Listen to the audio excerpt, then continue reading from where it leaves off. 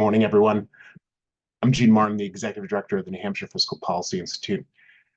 NHFPI is a nonpartisan, independent research nonprofit that examines issues related to the state budget, the economy, policy decisions, and the financial security of Granite Staters.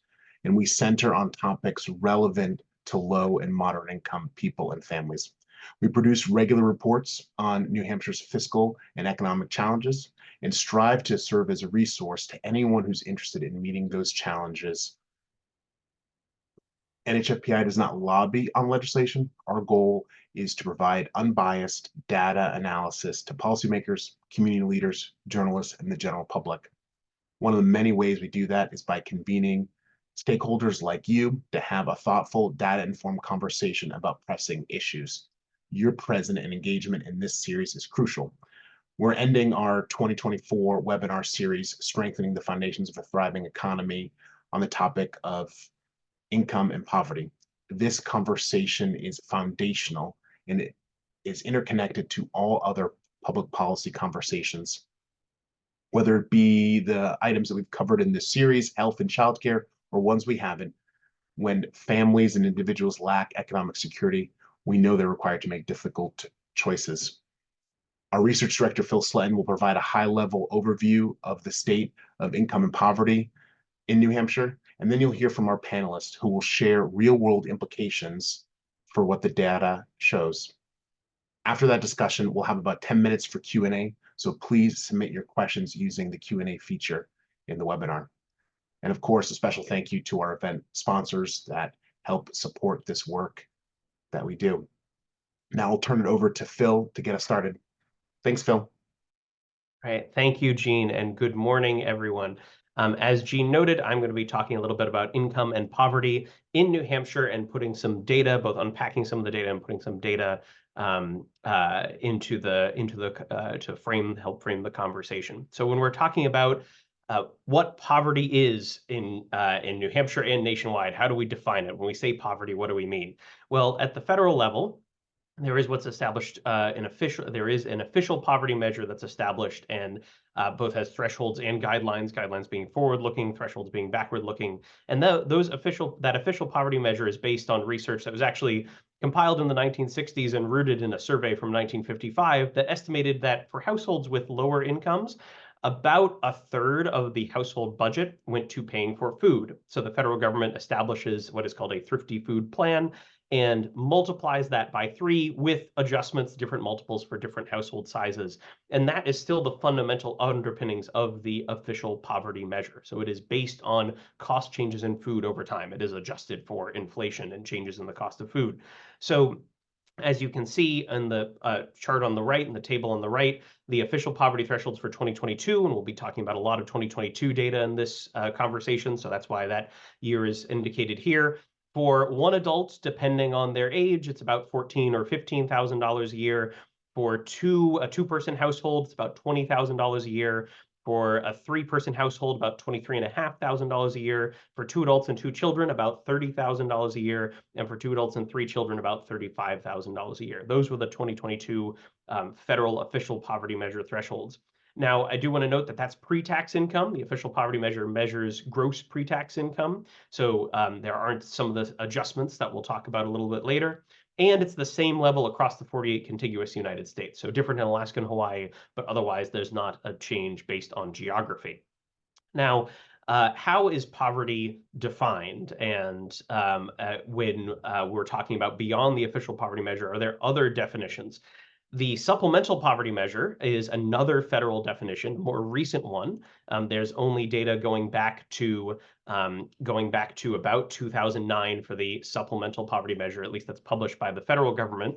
And the supplemental poverty measure uses more recent survey data and does incorporate other costs and benefits or other incomes that households may receive. So, for example, the federal taxes and tax credits are included in the supplemental poverty measure.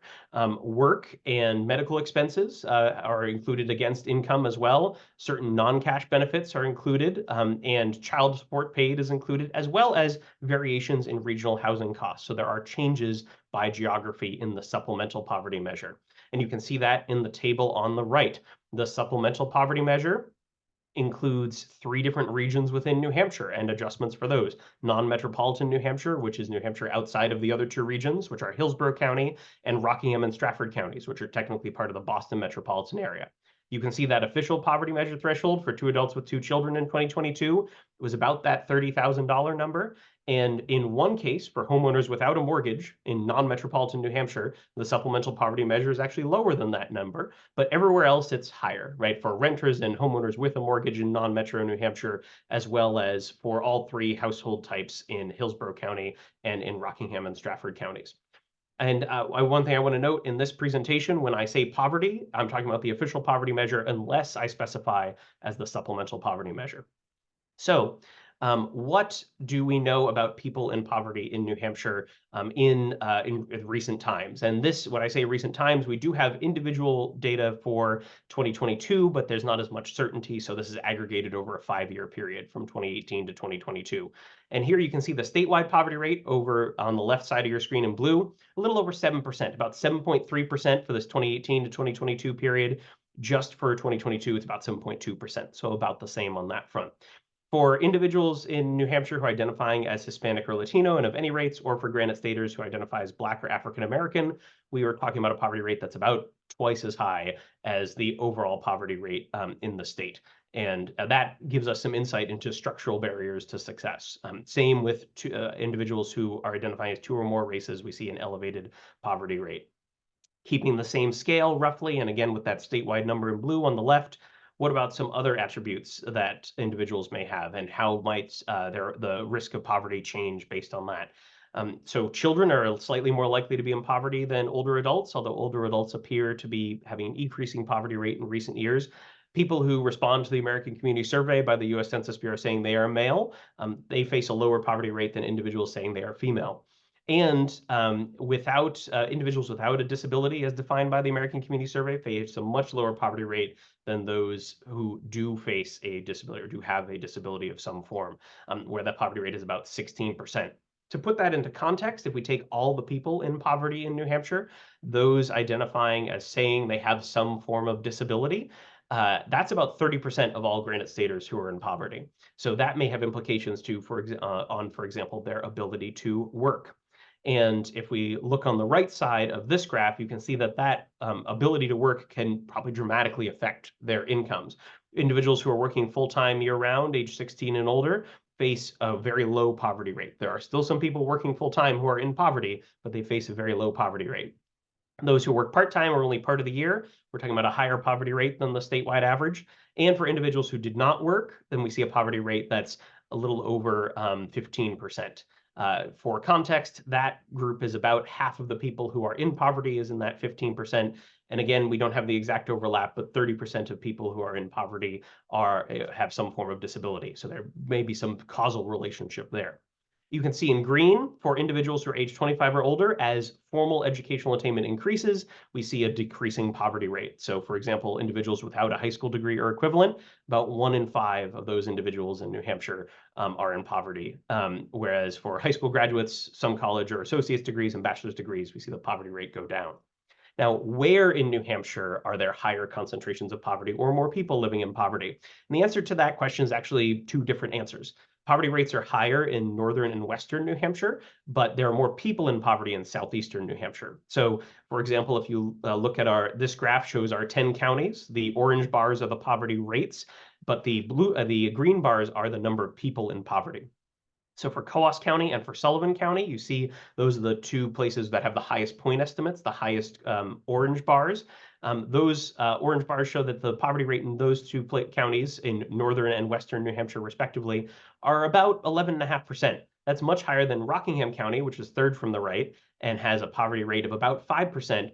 But the green bar is higher in Rockingham County. Rockingham County has the lowest poverty rate, but the 2nd highest number of people in poverty. And remember that the poverty rate, as measured here by the official poverty measure, doesn't change based on geography and cost of living in the state. So we'll talk about that a little bit more in a moment. If we look at households and family compositions and look at poverty rates with that as the unit of measure, then we see some other barriers to success that individuals may face as well.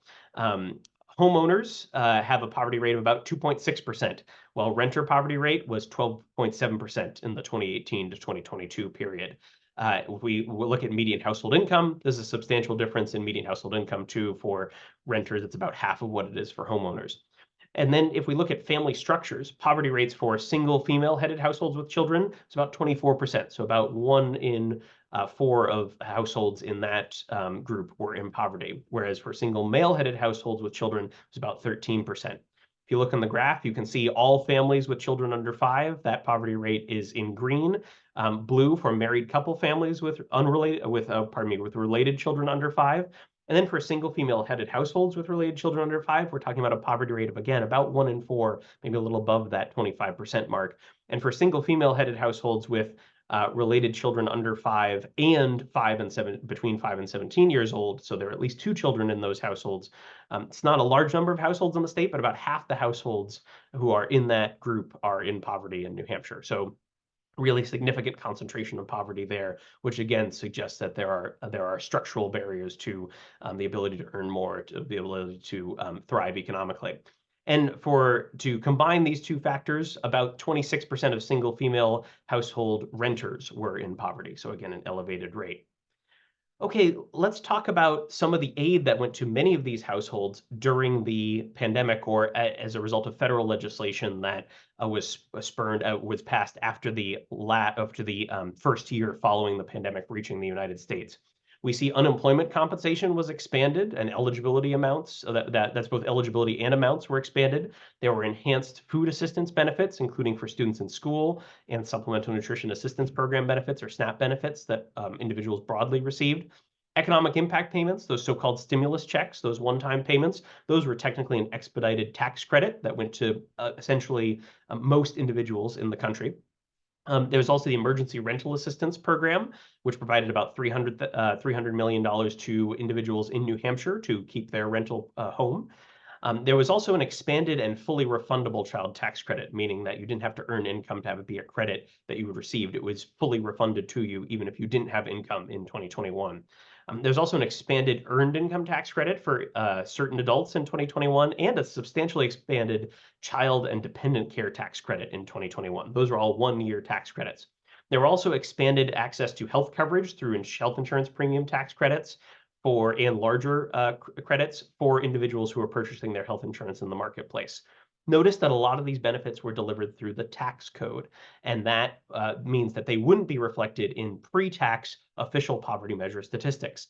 So we see that there's a substantial difference if we look at the national data between the poverty rate in the United States as measured by the official poverty measure, which you see here in green, and the supplemental poverty measure, which you see in blue. For 2009 to 2019, very different situations economically, but they tracked relatively closely together, with the supplemental poverty measure being a little bit higher. And then in 2020, and particularly in 2021, we see the supplemental poverty measure drop substantially, and then rebound in 2022 after the expiration of some of those key tax credits, particularly the child tax credit. What does that mean in New Hampshire? Well, we have some data for the supplemental poverty measure in New Hampshire. Unfortunately, we don't have it for 2020, but here you can see the other years from 2017 to 2022. And if you look at 2019, that orange line are children in the state, the poverty rate dropped by half between 2019 and 2021 for children in the state, as measured by the supplemental poverty measure. There was also a pretty significant decline for adults age 18 to 64, less of a decline for adults age 65 and older. And then we see as those tax credits expire and some of that other assistance expires that qualifies as income in the supplemental poverty measure, we see an increase in poverty rates across the board, particularly again for older adults age 65 and older. To put some numbers on this, in 2019, there were about 21,000 children in poverty in New Hampshire. In 2021, that dropped to about 10,000. In 2022, that rebounded to about 18,000. And again, the cost of living increases likely affected those 2022 numbers, put upward pressure across the board on those as well. Now, I noted those cost of living increases that were affected by inflation that started kicking into gear, especially in early 2022. But cost of living more generally, some estimates of comprehensive measures of cost of living do suggest that both the official poverty measure and the supplemental poverty measure are well behind the living costs that many households face in their budgets. So both the Massachusetts Institute of Technology and the Economic Policy Institute have county by county estimates using different, but in some cases overlapping methodologies. And both sets of estimates are far above the official poverty measure and supplemental poverty measures in New Hampshire for every county for similarly sized households. So you can see in the table on the right, for 2 working adults and 2 children, we see the lowest estimate there in the EPI's family budget calculator is about $87,500, goes up to $131,000 in Rockingham County under the MIT's living wage calculator. So these are substantial differences in living costs across the state. And these are driven in large part by housing costs, childcare costs, and transportation costs that do vary within the state and are also significant parts of household budgets, along with food, healthcare, taxes, and other items that are measured by these estimates. Now, median income growth, if we look at median household income in the state over time, this is going back to 2005, and I've zoomed in here to $50,000 to $95,000, and you can see the inflation adjustment is in orange. You can see that median household income growth didn't grow very much after the Great Recession. Very different if we look at after the COVID-19 pandemic, where we saw between 2019, and unfortunately we don't have 2020 data, but for 2021, a significant increase in median household income. However, inflation eroded that away some in 2022 to about $90,000. But that $90,000 median household income in the state is not distributed equally by geography or by race and ethnicity. If we look at median household incomes in Rockingham County versus in Coos County, in Rockingham County, we can see a relatively high median household income, whereas in Coos County, it's about half of that level. So if we go from the southeast to the northern part of the state, we see the median household income dropped by about half. And if we look at per capita income, so average income per individual, in New Hampshire, that was about $49,000 in 2022. But for Hispanic or Latino households, for those or Hispanic or Latino individuals, pardon me, for Black or African American individuals, or for those identifying as 2 or more races, we're talking about roughly $30,000 or $31,000 for each of those groups. For individuals identifying as white and non-Hispanic, about $50,000, so near to that per capita income overall. And then for Asian individuals who are Granite Staters, that's about $58,000. So these rising costs, I'm going to focus on 2 key areas where we've seen increasing costs in recent years that have really pressured household budgets quite a bit.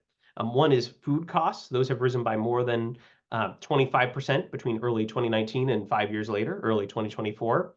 And if we look at housing costs, median 2-bedroom apartment rent, according to the New Hampshire Housing Finance Authority, increased 36% between 2018 and 2023.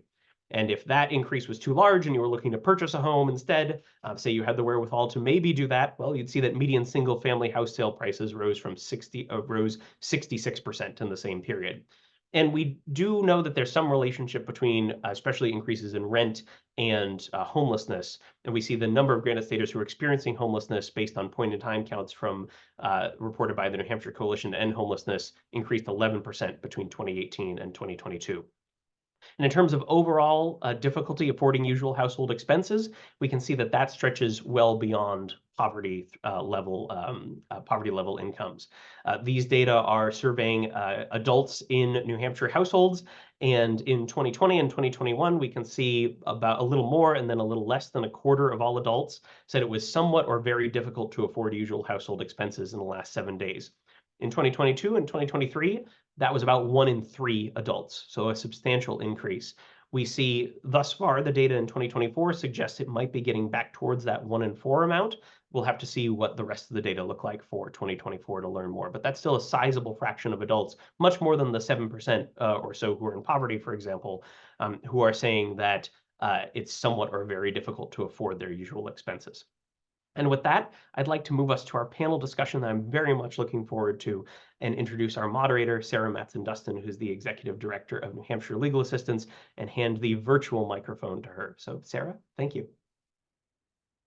Hi, everybody. Thanks, Phil. Thanks for that great presentation to set the stage for what I think will be a really interesting and robust panel discussion today. Really pleased to introduce our terrific panelists. We have with us today Karen Emis-Williams, who is the Director of Concord Human Services. Hi, Karen. And we also have Tanisha Johnson, who is the Child and Family Services Director at the Community Action Partnership of Stratford County. Welcome, Tanisha. So we're going to start with some questions focused in on household and family budgets. So Karen, to you first. New Hampshire has a low poverty rate relative to most other states, but that certainly doesn't mean that there's no hardship here. How would you describe what economic hardship looks like in New Hampshire, even for households that may have income that puts them above the poverty level? Thank you, Sarah. Thank you for Phil's great presentation. I think he touched upon a lot of those factors. It's looking like food insecurity, the high cost of housing and utilities. Just according to New Hampshire Hunger Solutions, they have about 41% of adults are experiencing or reporting food insecurity, and that is equal to now to 50% or 54% of children that are in that situation as well. So as you can imagine, if you're unable to eat and provide for that basic service, it complicates things. And this is in addition then also to the high cost of housing. As again, Phil touched upon that. When I'm looking at New Hampshire Housing Finance Authority and just looking at the numbers for Concord, it's about $1,500 to rent. Our office provides direct care to individuals, as every city and town has a local welfare office of what we provide. And we've seen rents even higher than that cost, up to $2,800 for a 2-bedroom. So you can imagine how difficult that is to be able to do that in addition to the high cost of utilities. Thanks, Karen. Really good points. Tanisha, over to you. Are you seeing any pressures that look different from what Karen has just described? What does poverty look like in New Hampshire from your vantage point? I'm going to agree with everything Karen has said, and Phil's slides were exactly, where we're at right now. What I'm going to add to that is looking at how low wages are impacting folks in the community. That makes it challenging for individuals and families to really cover those basic expenses such as housing and healthcare and transportation. New Hampshire is really in an affordable housing crisis right now, like Karen mentioned, and so many low income families are burdened by high rent payments, and we're experiencing an increase in the unhoused and housing insecurity as a result. Karen touched on food insecurity, and it has a huge detriment to the effects on the physical health and overall well-being, particularly on our children and the elderly. Despite our Medicaid expansion, access to healthcare services is still challenging, causing even more hardships amongst our families, especially in rural areas where our healthcare facilities may be limited. And we know that a lot of the maternity wards have closed in a lot of these areas, causing even more harm for our prenatal families. The substance abuse and mental health issues are increasing. They are prevalent in New Hampshire, and we're struggling with facing these, issues with these additional barriers from unemployment, housing, and healthcare. Rural poverty even looks even more different from our vantage point, because those folks in rural communities face unique challenges with limited job opportunities, lack of access to transportation and services, and add-on isolation that contribute to higher rates of poverty and economic hardships. And then I'm going to bring in those education disparities, because it wouldn't be Child and Family Services without talking about that. But as New Hampshire has strong educational outcomes overall, there are disparities in educational attainment and resources between wealthy and low-income communities. Children from our low-income families and other marginalized areas face barriers to academic success due to the factors such as inadequate funding for schools, lack of access to early childhood education, and limited resources at home. And when you talk about all of that and then bring in the hardships that when you are a part of those marginalized voices, those hardships magnify. So. Thank you, Tanisha. Thanks for sharing that with us. One thing that we're going to talk about next is the way that the country responded to people's need for economic supports and other kinds of services during the pandemic. And just very curious to hear what our panelists have to say about that time period. As in our post-pandemic reality now, the increase of housing costs and utility costs and transportation costs, as Karen and Tanisha have just talked about, has particularly squeezed the folks that don't have low enough income to qualify for many kinds of assistance, but are still not able to make ends meet. And we know that the rules changed a little bit during the pandemic. So that's what we'll turn to next. Karen, how did the pandemic impact the people that you're serving in Concord And what role did you see federal and state COVID-related aid play in mitigating some of those impacts? Sure. I think at the beginning of the pandemic, we saw definitely there was a supply and demand issue occurring. For example, I know that that weekend of the pandemic, when there was an emergency shutdown, we saw that a lot of the hotels that we work with, in order for us to be able to house some of our unhoused folks, they all closed down. So definitely we did see an impact in the food industry and also in hospitality. And that impacted a lot of individuals who usually would not have come into our office to seek assistance, and now needing that. They were just right above being able to meet their bills, but they were able to do that. And that changed. So I think that during the pandemic, what it showed us is that poverty can impact all sorts of members of socioeconomic differences, because it showed us that, again, when you can have all the money in the world, but if you didn't have the ability to get those supplies, that was difficult. We do have a food pantry here on site, and we had a lot of individuals coming in for that toilet paper and those basic needs that they were not able to find. So that was some of the impacts that we saw. Now, from the pandemic, there were some benefits as well, right? So we did touch upon a little bit about the emergency rental assistance program, which was able to allow and afford a lot of our clients to look at their basic needs. So that was a positive that came out of there, where they didn't have to worry about how their rental payment was going to be made. But we also have to acknowledge that at that time, a lot of landlords were able to also increase their rents. So that's when a lot of these rentals occurred. And additionally to that, we were not able to, all of our clients did not always know the resources that was available. So definitely that was another impact that we were able to see with a lot of our clients. But I think it's a changing faces of what poverty looks like. And I think that was an educational piece that we were able to learn during that difficult time that a lot of people face in our community. But again, it's that changing face that said we all can be impacted by what COVID and the pandemic did. Thanks, Karen. So, Tanisha, the community action programs around the state were largely responsible for implementing significant components of federal aid that flowed through to New Hampshire.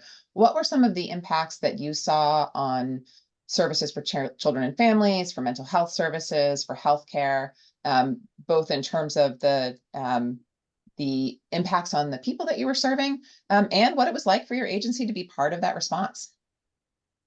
Now, I want to say our agency being a part of that response was that immediate impact. It was, our staff jumped in, our teams jumped in, regardless of even their own self-uncertainty about what was going on.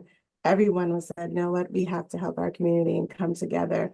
But the county community action programs really helped connect families with resources, such as food assistance, housing support, childcare services, to really kind of alleviate those impacts of economic hardship. Access to childcare service became really critical as parents faced a lot of disruptions to work and school routines. We worked hard to ensure that families continued to have that access to safe childcare options. We spaced out rooms, some, classrooms went virtual. We provided the tools to even have remote learning for individuals. We were giving out laptops, little computers, to homes so that, kids can continue to learn throughout the day. But for those immediate impacts, and just to continue on what Karen said, is we saw the need for families wanting to access supports and resources for basic needs and things they didn't even know they needed. Families who thought they would never actually need the type of assistance that we give out, they were the ones coming to for help as well. And so we made sure families had access to essential medical care throughout the pandemic. We were connecting members with healthcare providers, navigating those insurance coverage, adding access to COVID-19 testing and vaccine clinics. We provided, really a crucial role in reaching those underserved populations, including in those rural communities, those immigrant communities, and also the BIPOC communities, especially for those vaccine clinics where they weren't just readily available or there in those hard to reach places, especially with low transportation. And then we saw an increase in need for just general resource navigation, mental health. We actually through that aid, we were able to help families access mental health consultants, you know, doing that while they were on these long wait lists. We were able to provide free, immediate kind of help through the aid that we received. And so we know that the COVID-19 pandemic really exacerbated mental health challenges for everyone, not just families and those with children, but absolutely everyone. And so for us to be able to partner and collaborate with our local mental health providers to expand the counseling and the therapy and any other needs, along with food and housing help and stipends for childcare, and even having an open childcare facility, it helped kind of alleviate some of those anxieties that our families were having. And just a brief follow-up for you, Tanisha, if you don't mind. What were some of the challenges in terms of connecting with people that needed help or actually delivering the services that they needed? There was a lot, but to keep it brief, that's the lack of awareness of, you know, what people had access to. It required extensive outreach efforts to communicate information about eligibility and what's available and how to apply for them. As quiet as it's kept, that stigma and shame of what is surrounded around when you need aid or why you need aid really made folks hesitant to even ask for help. And so we had to really figure out, how do we overcome those barriers that are surrounding resources and community action programs, or even just the stigma around what is low income, to provide help and be non-judgmental.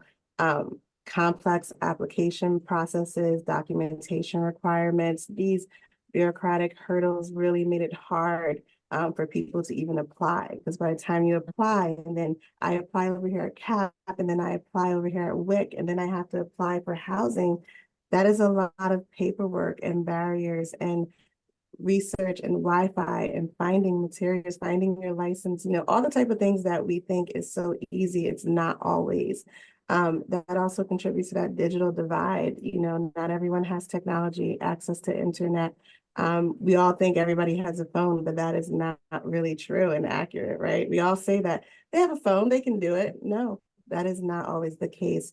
And again, I'm going to go back to that geographic isolation. We don't often think about the many things that come with living in those rural areas that have no access to transportation, and they're far and few from other people or actual programs to help. The last thing that we thought about was those language and cultural barriers. You know, a lot of our forms and applications were not in appropriate language. When we think about our immigrant communities and our non-English speakers, it was difficult for them to navigate through this process.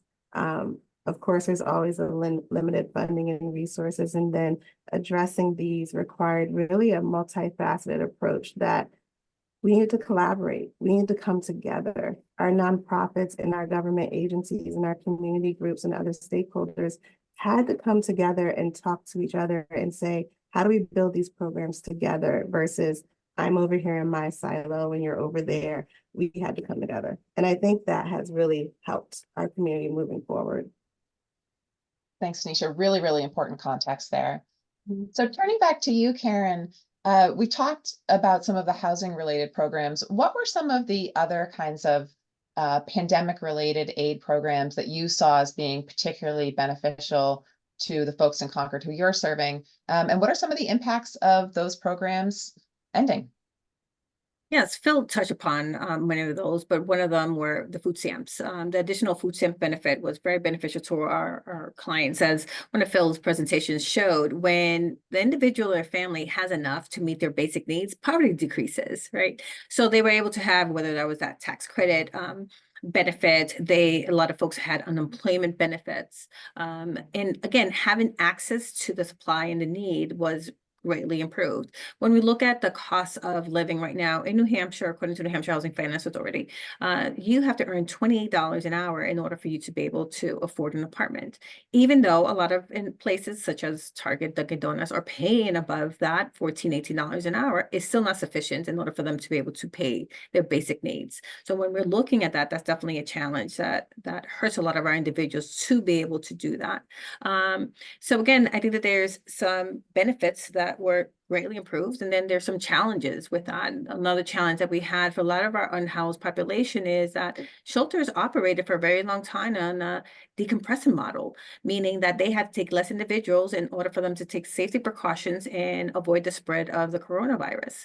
And that meant that if a shelter were able to have about 40 individuals housed, they had to decrease that amount. So then where are those individuals going? They still needed housing. And unfortunately, a lot of them were able to get that need met. That's when they were coming to their local welfare office. But again, even us had the lack of resources when we did not have that alternative, what may have been a hotel to be able to house them because of the shutdown that was. So those were some of a lot of the challenges that we saw in our office in trying to see how we could be able to meet the need of our population. And it was not always easy to be able to do that, as we were mandated in order for us to be able to meet that need. So that was some of the challenges that we saw. And again, I think that one of them, if I get context about what the emergency rental assistance program, that definitely made us that we had to collaborate more intensely with our folks at community action programs. That was really beneficial because we were able to help our clients. In reference to how much was issued in New Hampshire, $300 million was issued for the ERAP program. That was able to cover rent, utilities, heating, internet services, and other benefits. And the average person received about $10,000 in assistance, but not everybody knew about it. So when we're talking about connections to these benefits, if you don't know about the program, I think that you're right, Tanisha, there was some stigma connected to that, but some of it was just lack of information. And some of the challenges that we saw with this, I do remember clearly, was a lack of information of when these programs were closing. So they closed without much notice, about a week difference in between, and that definitely impacted people to be able to access it. So they were able to get an average about 18 months of assistance. And at that time, if I had applied in August and thinking that, wow, I'm going to be able to have my housing covered, then it turned out that in a month time, even though they were still eligible, the program was no longer in existence. And that impacted a lot of the folks that we saw in our office. Yep, really, really significant moment, certainly in the history of the pandemic, was the end of the ERAP dollars. Tanisha, anything to add to what Karen said in terms of the end of pandemic related aid and the impacts that you've seen in your office? You know, I really call it a double-edged sword. We had talked about, I remember in our prep meeting, how the aid was amazing that was given in order for businesses, families, organizations to sustain during that time. But it gave also a sense of false hope because folks relied on those funds.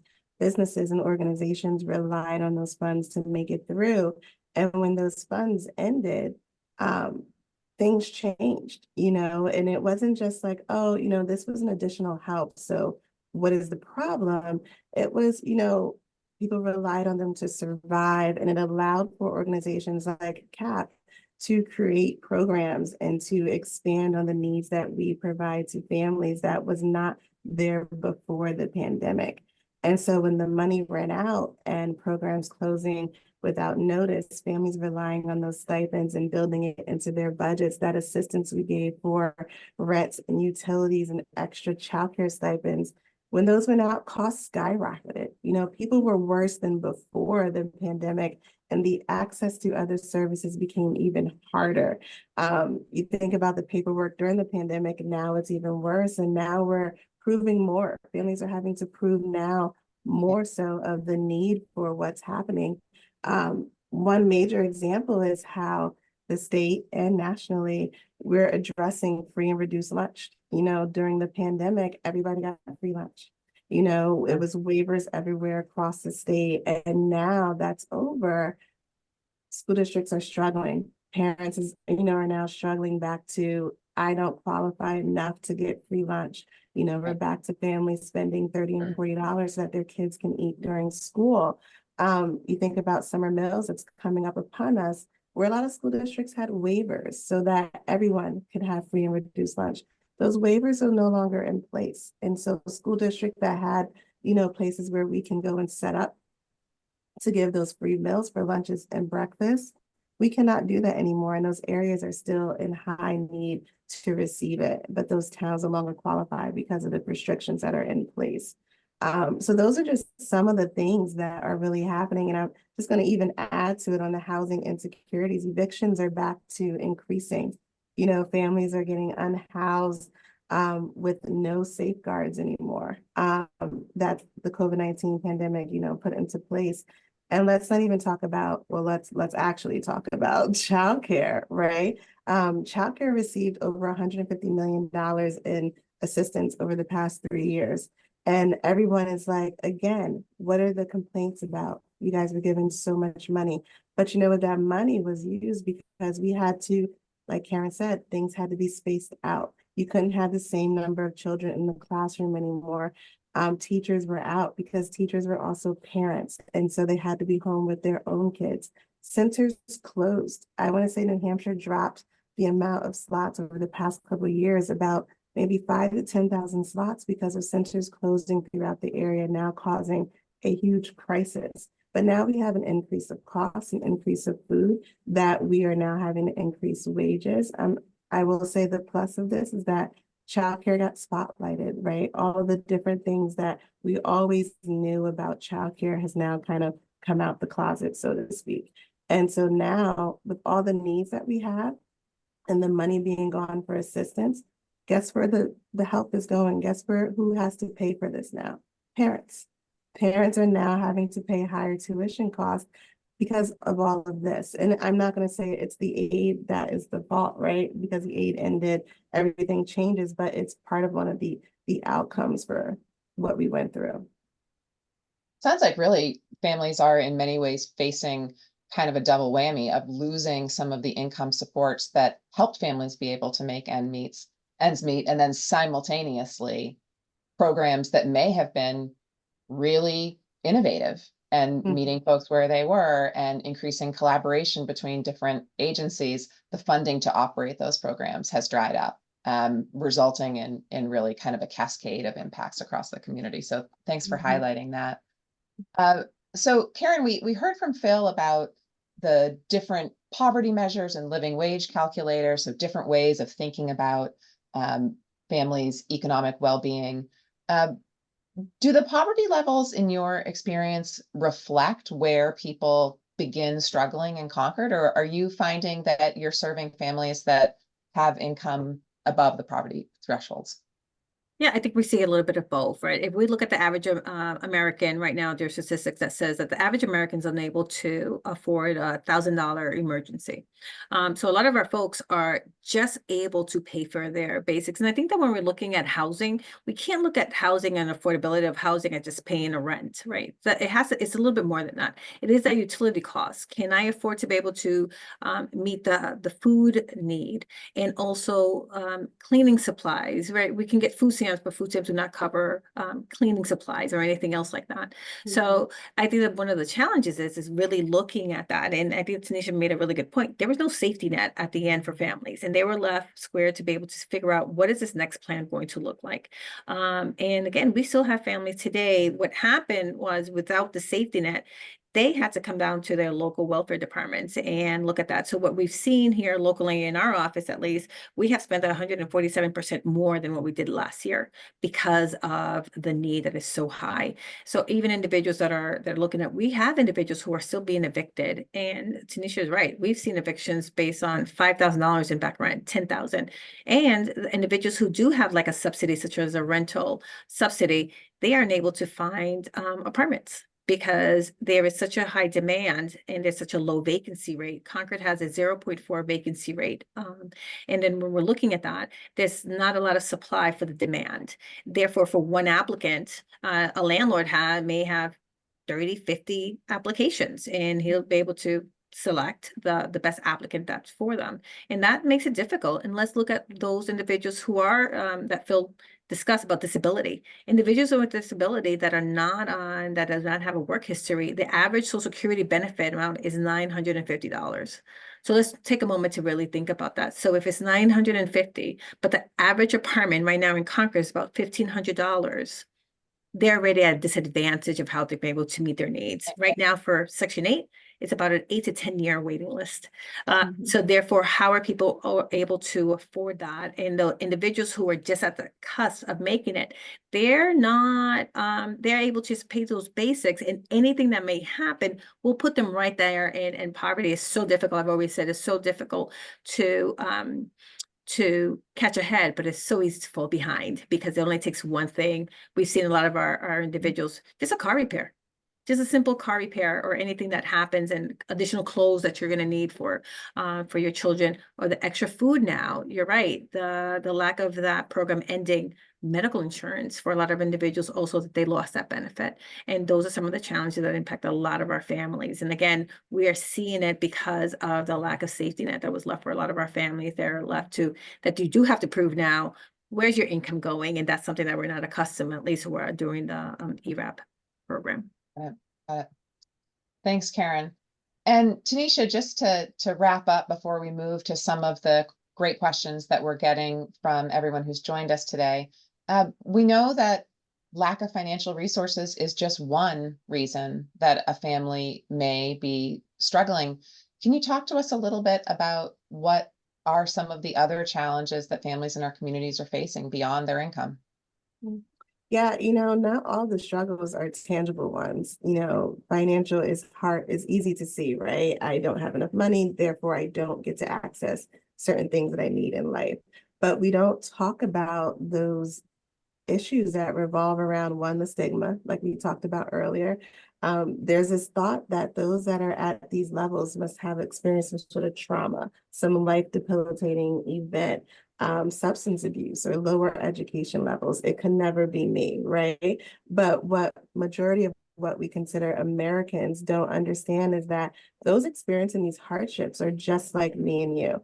They're working through with what we're having to deal with is the cost of living increases, the increased food costs, the increase in housing. Karen, you said, you have to make $28 an hour just to get a rental. At least, everyone's not making that. Transportation issues. New Hampshire is not the best for transportation or public transportation.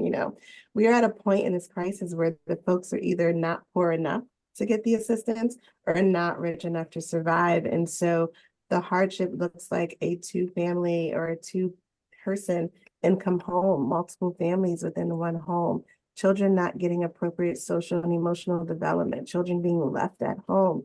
The choice of which essential part am I going to pay for today? Am I going to pay for diapers? Am I going to pay for food? Or am I going to pay for rent?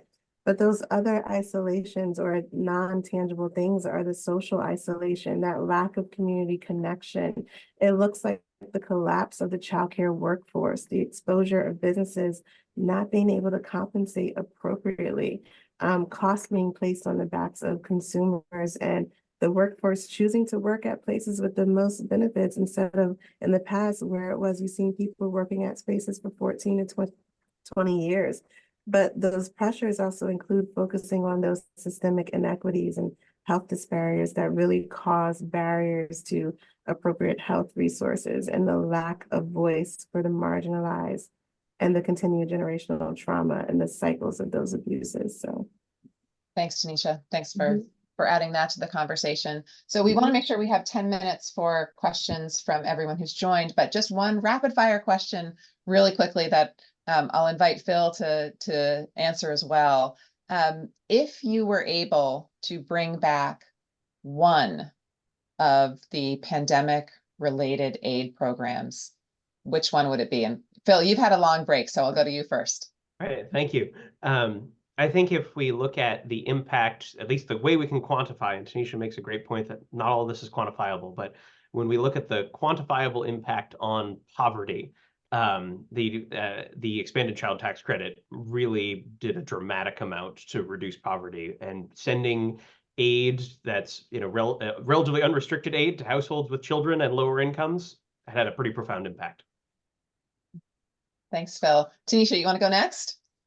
Well, there's so many to choose from, but I'm going to go off the cuff of what people would think I would say. And I'm going to say the support that was given to small businesses, which created a lot more job opportunities, assistance and grant programs, and stimulated our economy, which was beneficial to us all. I wish they brought those back. Great. And Karen, what would you bring back? Two great points. But I think I'm going to go with also a little bit what Phil has stated. I think that because if you have the benefits and the resources to be able to meet your need, that's going to decrease the level of poverty. So when we have that, it makes a difference in our world. So I think that that's it. There's so many of them that we can definitely touch upon. But Phil, we're going to be twins today. All great answers. I'm just going to throw in my 2 cents here too and say, if we had a menu, I would want the menu definitely to include the emergency rental assistance program and the homeowners assistance program, which from our vantage point, doing a lot of work to help people prevent families from becoming unhoused. Those have been transformative programs in terms of being able to keep people in the homes that they have right now, which is a far easier and cheaper task than trying to get someone into a new home after they've lost it. So let's keep that one on the menu as well. So thank you everyone for all of the questions that have come in. I think we'll have time for a handful of them.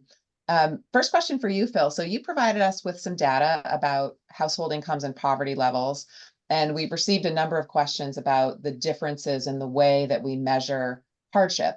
So if people are continuing to struggle with household incomes beyond the poverty levels, which we know from today's conversation is true in New Hampshire, how else could we think about measuring this? Should we be thinking about the living wage calculators instead of the poverty guidelines? Yeah, so part of the reason I provided all those different sources of data is so that we can think about it from many different angles, because hardship looks different for every household, so it's hard to peg a number to it because there could be other factors that are beyond just those income thresholds that do permit hardship, as we've heard in this great conversation.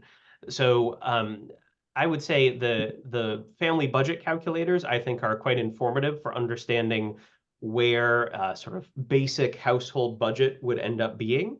I think that there are public policies that have taken not just using the poverty level, but some multiple of the poverty level to be the entry point for using programs. I do think the supplemental poverty measure does present some interesting opportunities in terms of understanding hardship in a more nuanced way than the official poverty measure, which is again just one measure across the 48 contiguous U.S. states and is based on relatively old research.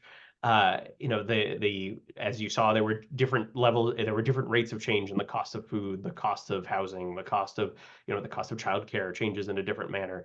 I do also hope that the household pulse survey conducted by the U.S. Census Bureau continues, because that question about how many adults are struggling to afford basic household goods and services in the last 7 days, I think that's important data to have and does provide some great insight. Thanks, Phil.